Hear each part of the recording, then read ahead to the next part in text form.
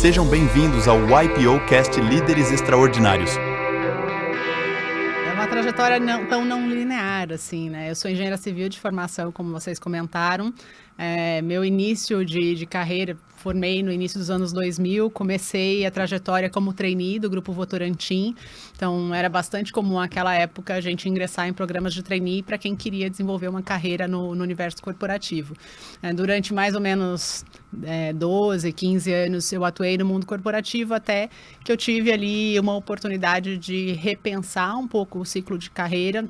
Eu acho que tiveram dois momentos na minha trajetória que me levaram ali direto para a Vitude. O primeiro que foi, né, em 2015, na verdade é o segundo ponto no tempo, mas eu falo que é ele que fez de fato o shift ali de CLT para empreendedora.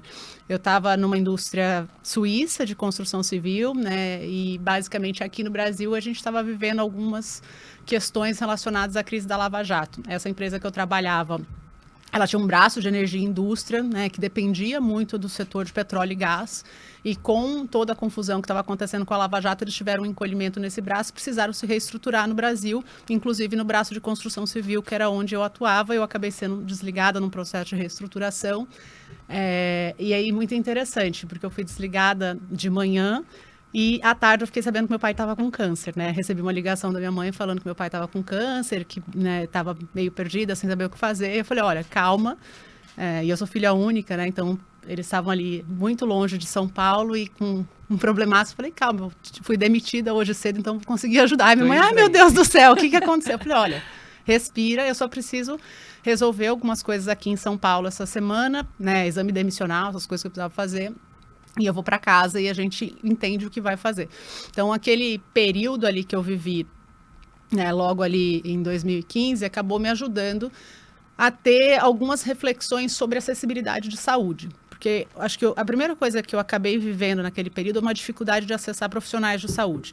Então, quando eu fui para casa dos meus pais, eles moram em Corumbá, Mato Grosso do Sul, que é a região do Pantanal de difícil acesso para várias coisas. Em geral, para grandes especialidades, eles precisavam ir a Campo Grande ou vir a São Paulo quando era alguma coisa mais complexa.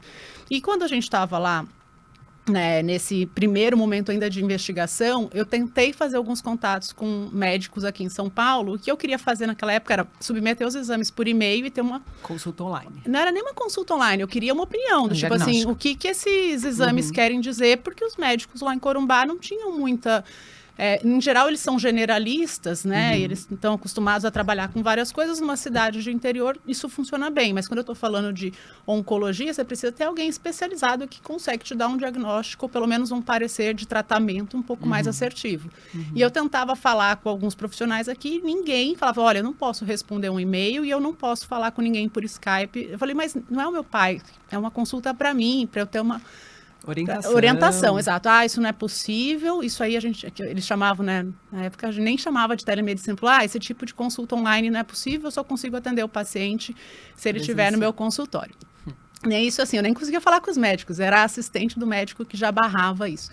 E foi interessante que eu acabei trazendo os meus pais para São Paulo para a gente fazer o tratamento aqui, e na primeira consulta, eu com a minha cabeça de engenheiro já achei tudo muito estranho, porque a primeira consulta para mim podia ter sido um checklist mandado por e-mail. Porque era uma anamnese assim, quantos anos o senhor tem, o que o senhor faz, como é que o senhor descobriu, nananã. E para mim, por exemplo, tanto que hoje, eu acho que quase mais de 10 anos depois, né, a gente vê que a gente já recebe essas anamneses pelo WhatsApp para responder antes. Né? Quando a gente chega no consultório de algum médico, normalmente a gente já tem isso aqui preenchido. Então, ali foi o primeiro questionamento. Tipo, puxa, mas isso aqui não podia ser mais simples, né? Tipo, será que eu tive que voar 2 senhores idosos lá de Corumbá para cá para responder só isso de questão? Para saber mais, acesse o portal exame.com e busque pelo menu do site pelo canal Líderes Extraordinários.